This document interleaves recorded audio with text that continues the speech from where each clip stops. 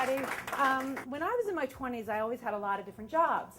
And I always had two jobs. So I had a day job, and usually I was a waitress. So at one point, I only had one job, and I needed money.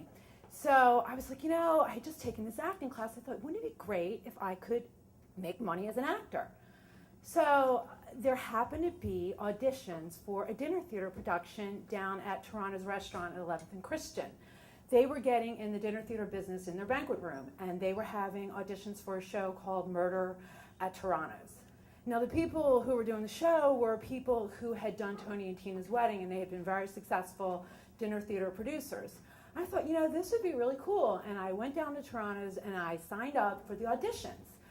And you filled out a form, and they gave people things to read. So I filled out my form, and they didn't give me anything to read. So I'm like, geez, I don't know. So I waited around, and they finally called me, and they were like, Trish, and I go up, and it was on like a dance floor where they were in front of us, and you had to sit in the chair at the dance floor in the banquet room. I sit in the chair, and they're like, hi, and I'm like, hi.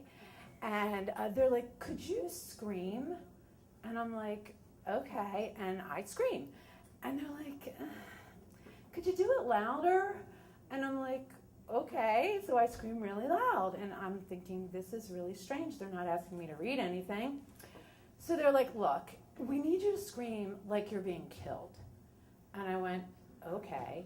So I let out a scream that I swear to you is still reverberating 15, 20 years later now, as we speak. It was the loudest scream ever. And they say, thank you, next. And I'm like, no, they didn't just say next, but they did. So I laughed and I thought, well, my dinner theater career is over. And I went back to my life, and one night I came home to my apartment, and my boyfriend was like, what are you doing here? I'm like, well, why, what's up? He's like, you should be down at rehearsal. I'm like, rehearsal?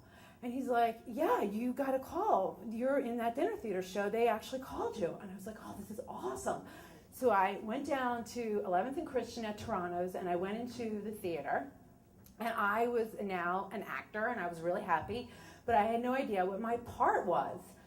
So I met everybody, and I met the stage manager, and first we had a meeting, and he told us, look, you're going to hear a lot of things about this place. You're going to hear, that the people that own this place are mobbed up, and you're going to hear that, it's the Mortorano family, and they have mafia connections. You're going to hear a lot of rumors.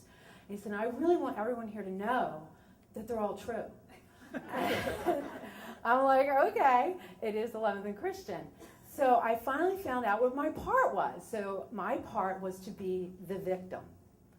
That was my role. And I didn't have any lines, but I got to die a lot. So I was going to get shot, and I was going to get poisoned. But my big scene was the very beginning of the play. I was going to portray a waitress.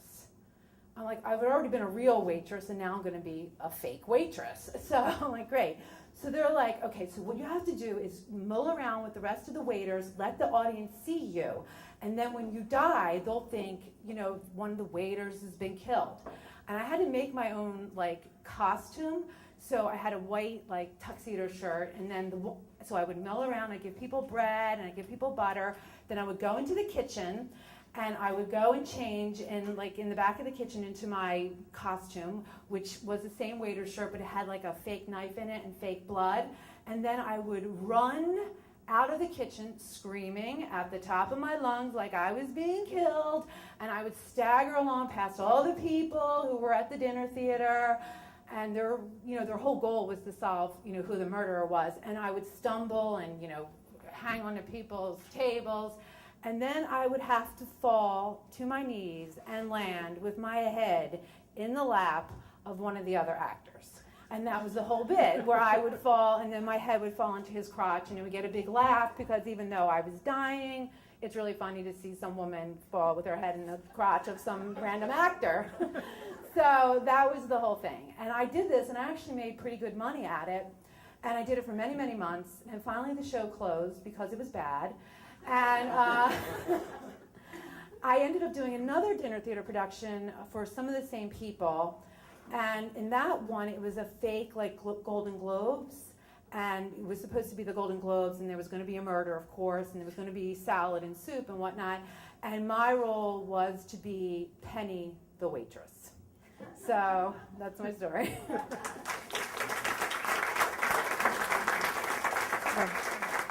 Okay.